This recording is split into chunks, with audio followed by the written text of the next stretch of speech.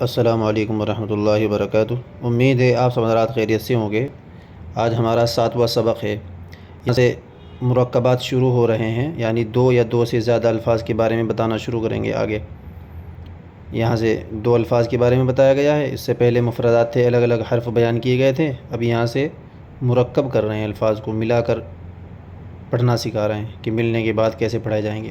اس کے بعد یہ جملے آ جائیں گے، جملے شروع ہو جائیں گے۔ یہاں پہ جملے کہتے ہیں جس سے کوئی بات یا خبر معلوم ہو۔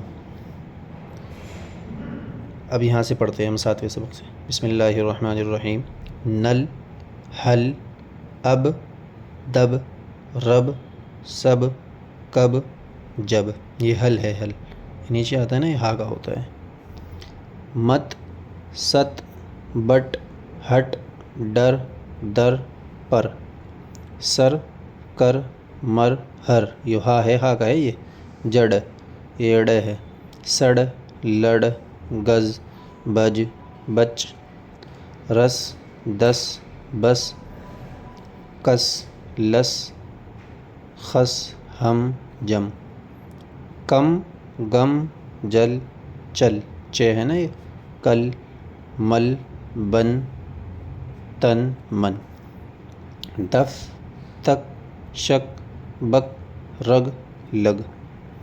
جگ، نگ، رہ، کہ، تہ، بہ۔ اب یہاں سے جملے شروع ہو رہے ہیں، یعنی جن سے کچھ بات سمجھ میں آ جائے اسے جملہ کہتے ہیں۔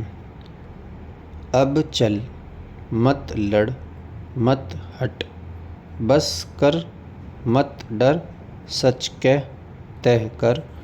غم مت کر، کم مت کر، کل تک رہ، سر پر مل، شک مت کر، نل پر چل، بچ کر چل، بک بک مت کر۔